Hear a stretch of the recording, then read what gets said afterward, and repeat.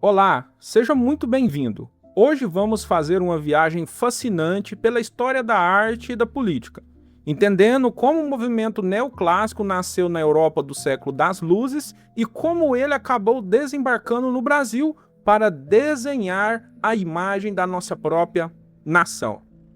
Para entender o neoclassicismo, precisamos olhar para o século XVIII na Europa, o famoso século da razão.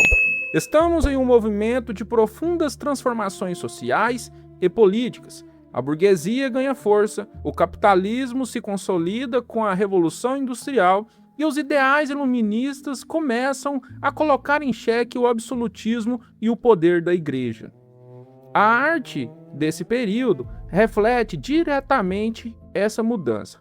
O neoclassicismo nasce como uma reação e uma oposição direta ao passado. Ele rejeita o rebuscamento exagerado do barroco e a frivolidade decorativa do rococó, estilos que estavam intimamente associados à nobreza e ao clero. No lugar do excesso, a razão exige clareza, simetria, ordem e simplicidade. E onde os artistas foram buscar essa interpretação ou inspiração? Na antiguidade clássica, na cultura grego-romana, o clássico renasce para servir à razão e aos novos valores morais e cívicos da sociedade. Na pintura neoclássica europeia, a arte ganha um caráter de rigor técnico e, acima de tudo, de propaganda cívica e política. Dois grandes mestres se destacam na França: Jacques-Louis David e Jean-Auguste Dominique Ingres. David torna-se um pintor oficial da Revolução Francesa e, mais tarde, de Napoleão Bonaparte. Suas obras ressaltam o dever moral e o patriotismo em A Morte de Sócrates, de 1787. David mostra o filósofo escolhendo a morte em nome da verdade e da lei, em uma composição geométrica rígida e sombria. Mais tarde, David cria ícones de poder, como na famosa tela de Napoleão cruzando os Alpes, onde o imperador aparece heróico e vitorioso sobre o cavalo, ou na obra O Imperador Napoleão em seu gabinete de trabalho, reforçando a imagem de um líder racional e incansável. Já Ingres mantém esse rigor técnico impecável e a precisão dos contornos, em obras como A Grande Odalisca, de 1814. Ele combina o desenho clássico com temas exóticos, o chamado orientalismo, criando uma ponte que já começa a antecipar elementos do romantismo.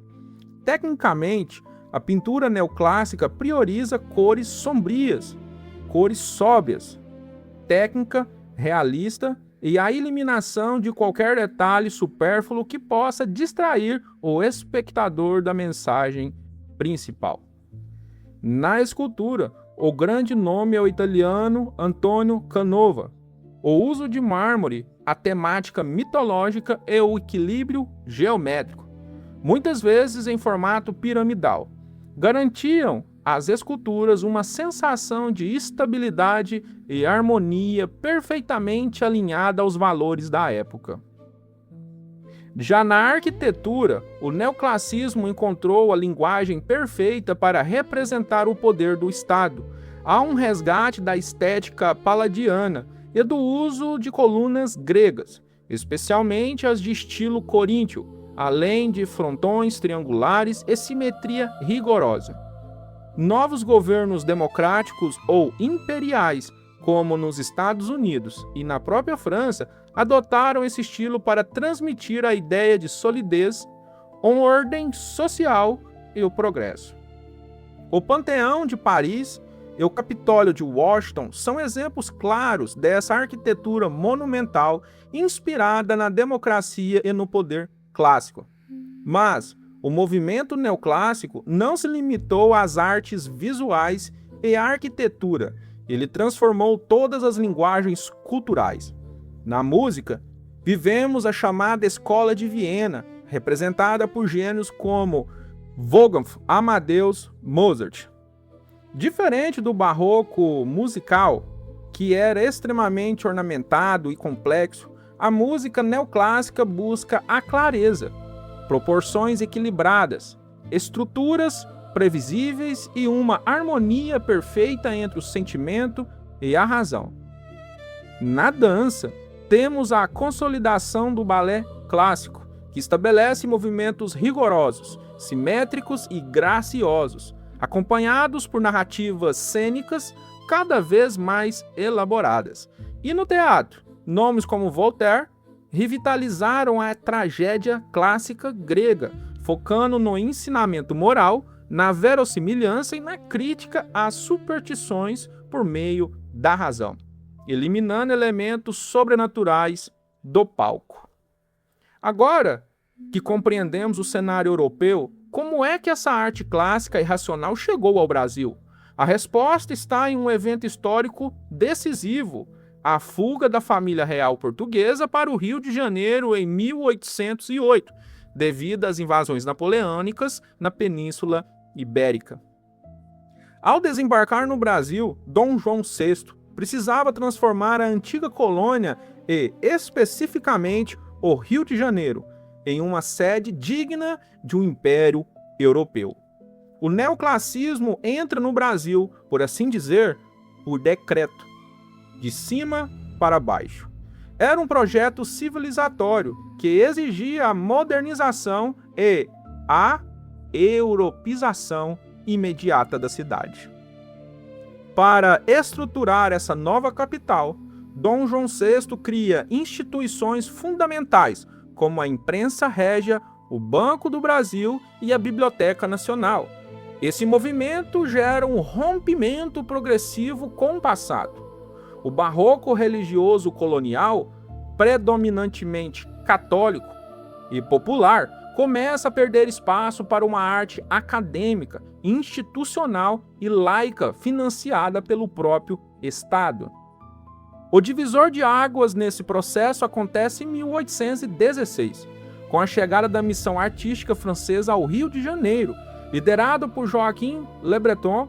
Essa comitiva trouxe artistas plásticos como Nicolas Antonier, Jean Debré, além de arquitetos como Grandjean de Montigny. O grande fruto dessa missão foi a fundação da Academia Imperial de Belas Artes, a AIBA, em 1826. A fundação da AIBA representou uma verdadeira revolução na formação artística do Brasil. Antes, os artistas aprendiam seus ofícios em oficinas religiosas locais, de forma artesanal e corporativa. Com a Academia Imperial, o ensino da arte no Brasil passou a seguir regras rigorosas do academicismo francês, tornando-se laico, oficial e padronizado.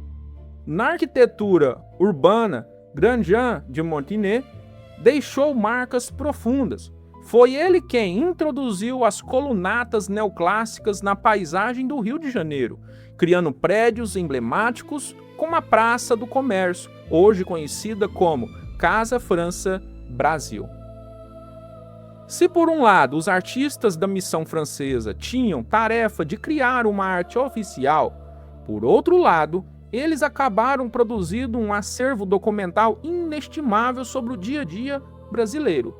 O pintor francês Jean Debré dedicou-se a registrar a vida pública e privada do Brasil do século XIX, em sua monumental obra Viagem Pitoresca e Histórica ao Brasil, publicada em 3 volumes. Debré produziu um verdadeiro registro etnográfico.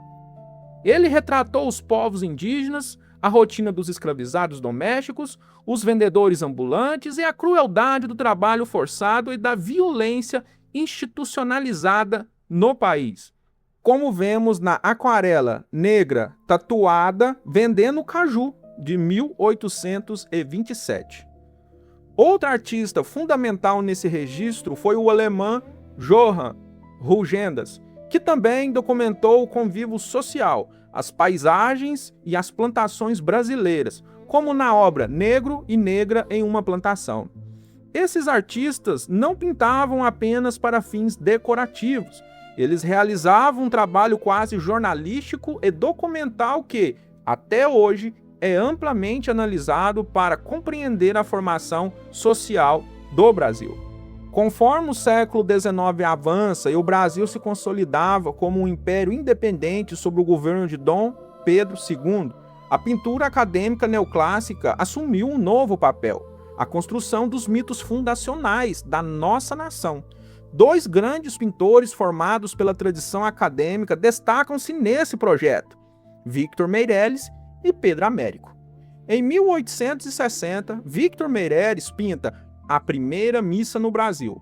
A tela apresenta uma visão idealizada, pacífica e harmoniosa do encontro entre os povos indígenas e os jesuítas portugueses, construindo um mito fundador marcado pela religiosidade e pelo consenso.